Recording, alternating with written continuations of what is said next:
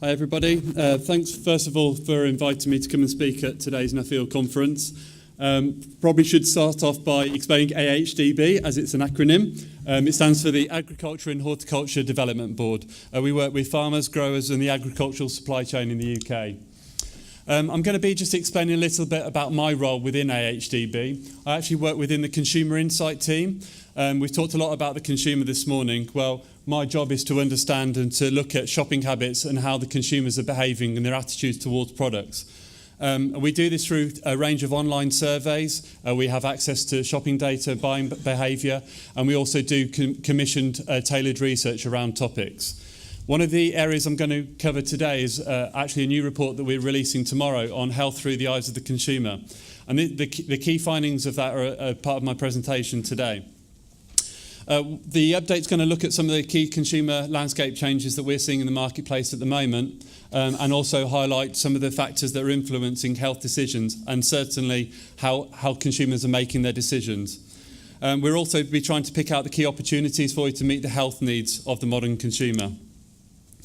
So the first thing to kind of say is the consumer landscape is changing, and along with that, so are expectations. In 1960, just over 40% of people lived in one- and two-person households. In 2016, this stood at 63%. And we actually know, if you look at all meals in the home, 45% of them are actually eaten alone, and 11% of them are actually eaten in front of the TV.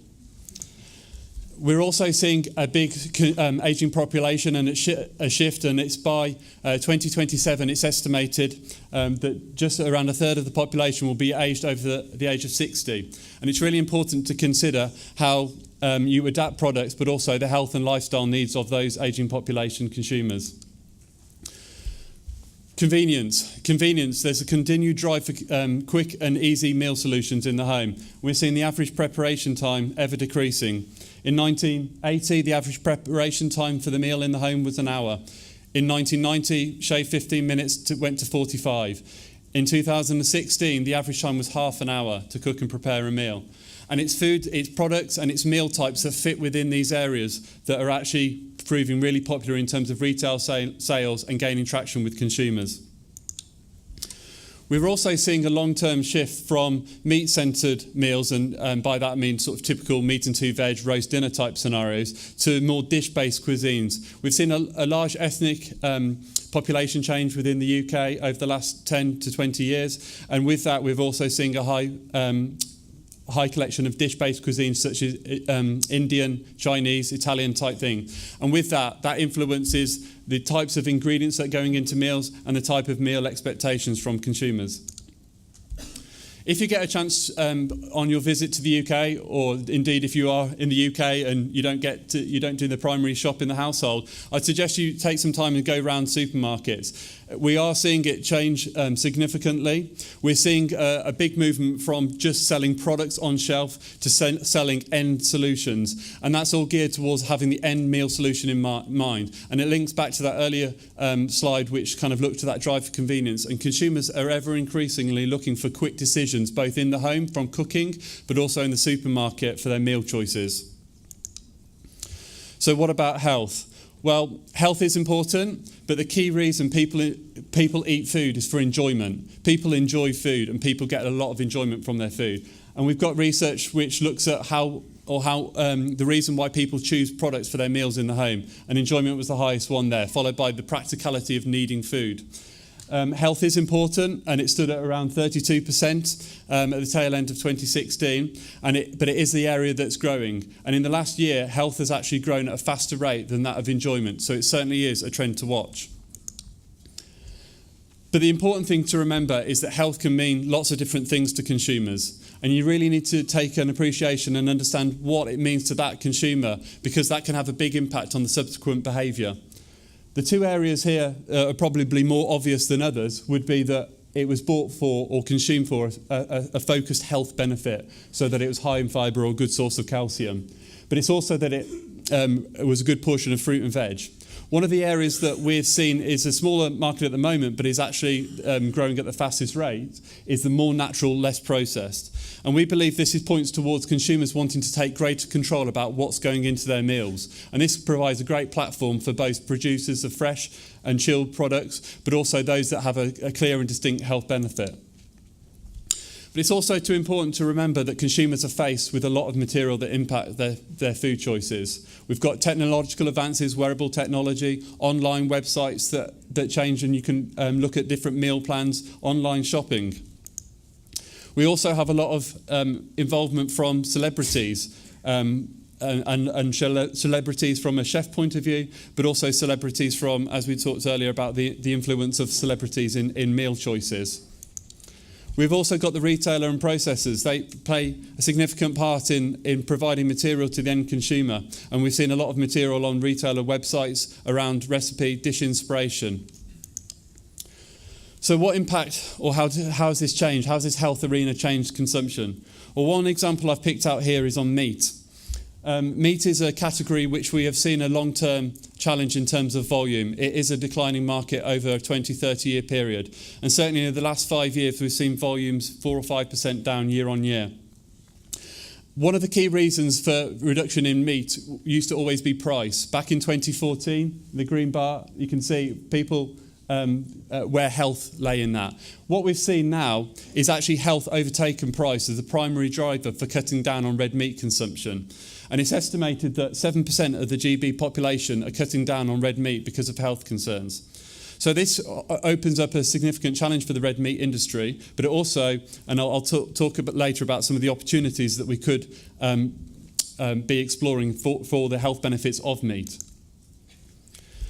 But also, how do consumers satisfy their need and desire to eat healthily? Well, the second and third point in this research is probably the more obvious points, which is eat and drink in moderation and take vitamins or supplements. But one of the top reasons highlighted by the Foresight Factory working alongside us was to prepare meals from scratch. This is a key area where the consumers can actually gain a lot of traction in terms of getting control over what ingredients they're using in their food preparation. But we also feel that this is an area that can hold distinct opportunities for the fresh and chilled categories. But the challenge here is clearly communicating the health messages. And the challenge also is making sure that it's your product that features on that chopping board. As we've heard earlier today, and there was a slide that Duncan had from Mintel, and thankfully it showed the same trend, that no additives and preservatives was the highest food claim over the last year. And food claims aren't new to consumers. It's estimated that just over a quarter of new products in 2016 have a health claim on it. So it is an area of the market that's growing and has a lot of communication challenges to consumers. The other point I wanted to make is that health messaging covers such a wide variety of products. It's not just new innovative products that are coming to the market with new health claims. We're seeing, and we had the Weetabix example, and I think it's the same picture here, and it shows that there's well-established products in the marketplace that are coming out, and this all links towards shouting really hard about the health credentials. It's not enough to assume that consumers know about the health benefits of your product, and that's not that if it's a new product on the market, that's even if it's a well-established product in the marketplace. One example I've picked out here, another one is on dairy, and this is about shouting about your health credentials. We've got an example from our AHDB's consumer tracker that showed that 43% of consumers pick out butter's natural benefits and that it's a natural product. And only 21% see it as unhealthy. So it's having the confidence to shout out about the health benefits of some of our products. It's also looking at synergies, looking at how your products are eaten. Yogurt is an example here. Yogurt can be eaten as a dessert. It could be as an ingredient in food. We know that 32% of yogurt is eaten alongside fresh fruit. And it's understanding those sorts of synergies or how your products can be linked to other products that might be naturally healthy that could achieve long-term growth. One challenge that we find in red meat is that there's a growing perception, it falls behind chicken in terms of perception for being good for you.